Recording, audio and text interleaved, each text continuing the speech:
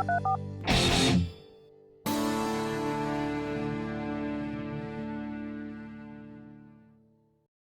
हम सुसमाचार के बारे में अध्ययन कर रहे हैं। आज का मुख्य विषय यीशु और विश्वास।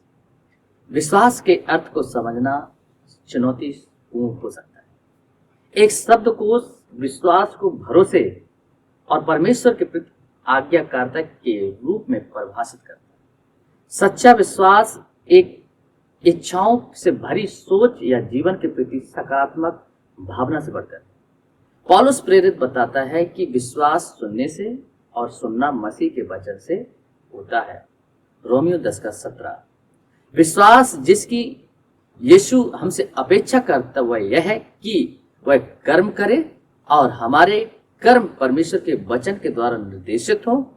लिखने वाला इब्रानियों से कहता है कि विश्वास आशा की हुई वस्तुओं का निश्चय और अनदेखी वस्तुओं का प्रमाण है। इब्रानियों 11:1। यह पाठ बताता है कि यीशु ने अपने चेलों को विश्वास के विषय क्या सिखाया। यीशु ने अपने चेलों से कहा कि हो नहीं सकता कि ठोकर ना लगे, होता हाय उस मनुष्य पर जिसके कारण वे आती, जो इन छोटों में से किसी एक को ठोकर खिलाता है। उसके लिए भला होता कि चक्की का पाट उसके गले में लटकाया जाता और वह समुद्र में डाल दिया जाता। सचेत रहो। 17 लूका 17:1-3। यीशु वहां व्यवहार या शब्दों के विषय में चेतावनी दे रहा था, क्योंकि उसने एक नया विश्वासी हो सकता है, यह पाप में पड़ सकता है। वह कहता है कि किसी नौजवान मसीह को पाप में डालने से बेहतर है कि उसके गले में चक्की का पाट लटकाया जाए और उसे समुद्र में डाल दिया जाए। यीशु उन्हें यह निर्देश देता है कि यदि तेरा भाई या बहन अपराध करे तो उसे समझा, यदि पछताए तो उसे क्षमा कर।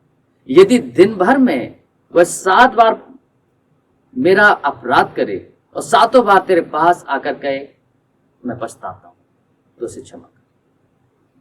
उन बारों को यह बात महसूस हो रही थी कि यीशु के ऊंचे स्तरों तक नहीं पहुंच पा रहे थे। उन्हें महसूस हुआ कि यीशु की शिक्षाओं के पीछे चलने के लिए उससे अधिक सामर्थ और विश्वास की जरूरत है। इससे प्रेरित परमेश्वर से कहते हैं, हमारे विश्वास को बढ़ा।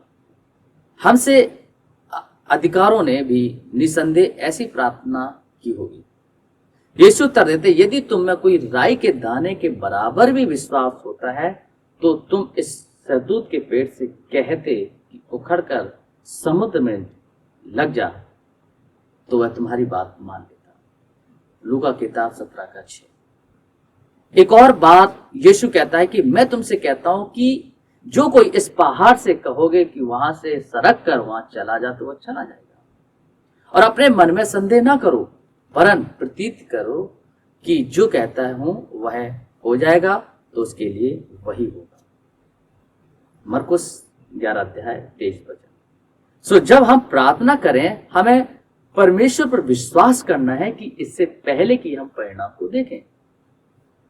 यीशु वहां पर क्यों एक बीज और एक पेड़ जैसी साधारण वस्तुओं के बारे में बात करता है।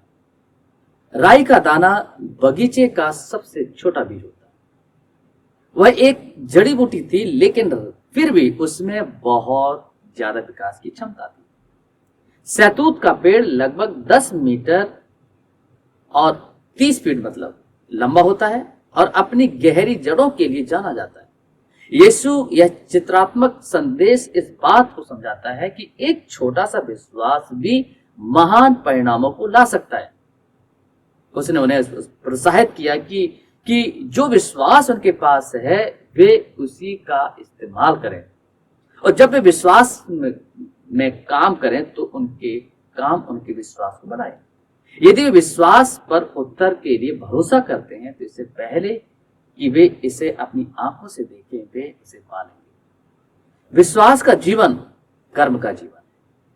विश्वास की मात्रा महत्वपूर्ण नहीं, बल्कि जितना विश्वास है उससे इस्तेमाल करना बहुत ही महत्वपूर्ण है। अपनी यरूशलेम यात्रा में यीशु सामरिया और गलील की सीमा के बीच यात्रा करता है। जब वह गांव में जा रहा था तो 10 लोग जिन्हें कोढ़ था उसे मिले। कोढ़ी अपने परिवार या गांव में नहीं रह रहे थे, बल्कि अपना जीवन अलग बिता रहे थे। उन्हें फटे कपड़े पहने थे और वे अपने बाल नहीं कटा सकते थे। यीशु के दिनों में ऐसा और कोई समूह नहीं था जिसे इस रीति से बाहर कर दिया गया। जब वे लोगों से मिलते तो उन्हें अपना मुंह ढक लेना होता था और चिल्लाना पड़ता था, अशुद्ध, अशुद्ध, अशुद्ध। जब यीशु तक पहुंचे तो थोड़ी दूरी पर खड़े हो गए और ऊंची आवाज में चिल्लाकर कहा, यीशु हम पर दया कर। ये लोग यीशु नाम को जानते थे क्योंकि खबरें यात्राएं करती हैं। इन कोढ़ियों ने दया की मांग की और यीशु के स्वामी कहकर पुकारा। वे यीशु पर विश्वास करते थे और उनके पास उन्हें छुड़ाने की सामर्थ्य थी। उन्होंने अपना विश्वास के समूह के रूप में यीशु के पास पहुंचाकर क्रियावंत किया और अब वे लोग यीशु से आशा कर रहे थे कि उन्हें छुड़ाए और उन्हें तुरंत चंगाई दे, जैसा कि उसने दूसरों के साथ किया। जो यीशु कह रहा था वह यह था कि तुम चंगे हो गए। अब व्यवस्था को मानते रहना, जाकर अपने आप को याजकों को दिखाओ। याजक उसका 7 दिन तक निरीक्षण करते रहे, यह देखने के लिए कि वे वास्तव में चंगे हुए या नहीं। मसीह उन्हें वह करने को बोल रहा था जो समाज में वापस जाने के लिए आवश्यक है। यीशु के निर्देशों की पालना करने के लिए विश्वास की जरूरत होती है। वे यह कहते हैं, हमें बहुत अच्छा नहीं लग रहा है, हमारे अभी भी घाव हैं, हमारी चमड़ी अभी भी उधड़ रही है, हमारी अभी भी हाथों और पैरों की उंगलियां नहीं हैं। नहीं, हम यहां से जब तक नहीं जाएंगे जब तक आप हमें चंगा नहीं कर। हम अपने आप को याजकों के साथ बेवकूफ साबित नहीं करना चाहते। वे पहले भावनाओं चाह रहे थे, लेकिन यीशु चाहता था कि वे कोढ़ी लोग भावनाओं से पहले विश्वास को दिखाएं। वे मुड़कर जब वे वहां से गए तो अशुद्ध हो चुके थे। कई बार हम लोग मसीहा के नाते खतरा मोल लेते हैं। परमेश्वर चाहता है कि पहले हम उसकी आज्ञाओं को मानें, फिर चमत्कार का इंतजार करें। क्या आपके पास बुरी परिस्थितियों में भी जब कुछ भी महसूस नहीं हो रहा हो तब भी उस पर विश्वास करते हैं? यीशु चाहता था कि वे उस पर विश्वास करें और उसकी आज्ञाओं को माने। जब वे विश्वास में आगे बढ़े तो चंगे हो गए। जब आप अपना काम करते हैं तो परमेश्वर चमत्कार करता है। उनमें से एक ने जब यह देखा कि वह चंगा हो गया तो वह वापस आया और परमेश्वर की ऊंचे स्वरों से स्तुति करने लगा और वह यीशु के चरणों में गिर गया और धन्यवाद किया। और यह एक सामरी व्यक्ति था। यीशु ने पूछा, क्या सारे 10 शुद्ध नहीं हुए? बचे हुए 9 लोग कहां हैं? क्या कोई भी परमेश्वर की स्तुति करने के लिए इस विदेशी के सिवा वापस नहीं आया?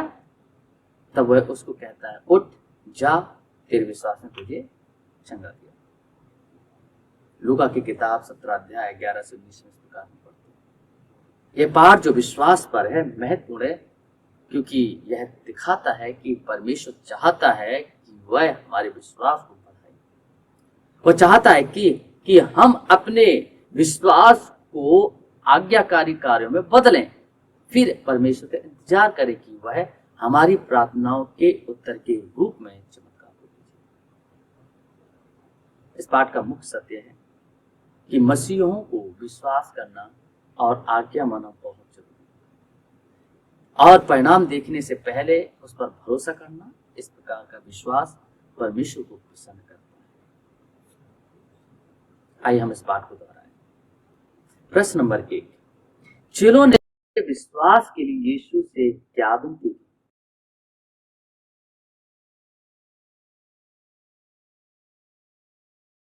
अगर आप कहते हैं कि चेलों ने यीशु से विनती की कि वह उनके विश्वास को बढ़ा, तो आप बिल्कुल सही। प्रश्न नंबर 2, यीशु ने उस सामरी व्यक्ति से क्या कहा जब वह कोढ़ के रोग चंगा होने के पश्चात वापस उसके पास आया?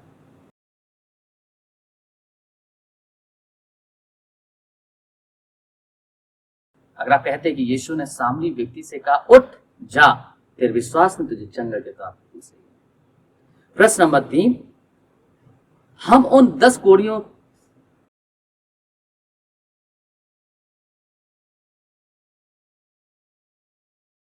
दस कोड़ियां हैं कि हम इस कहानी से सीखते हैं कि विश्वास और आज्ञाकारिता पहले आते हैं और फिर चमत्कार को देखते। तो आप सही है। आपका काम यह है कि 10 कोड़ियों की कहानी को याद करें और इसे किसी नए व्यक्ति को सुनाएं। कहानी बताने के बाद यह प्रश्न पूछें कि क्या परमेश्वर के लिए कुछ भी कठिन है? क्या आप विश्वास करते हैं कि जो थोड़ा सा आपके अंदर है वह परमेश्वर का हाथ आपके ऊपर ला सकता है? जब उसको उसकी जरूरत हो, उस व्यक्ति से कहें कि वह अपना कोई भी निवेदन आपके साथ बांटे ताकि आप उसके विश्वास के साथ शामिल हो सकें और उस जरूरत को पिता के सम्मुख रख सकें।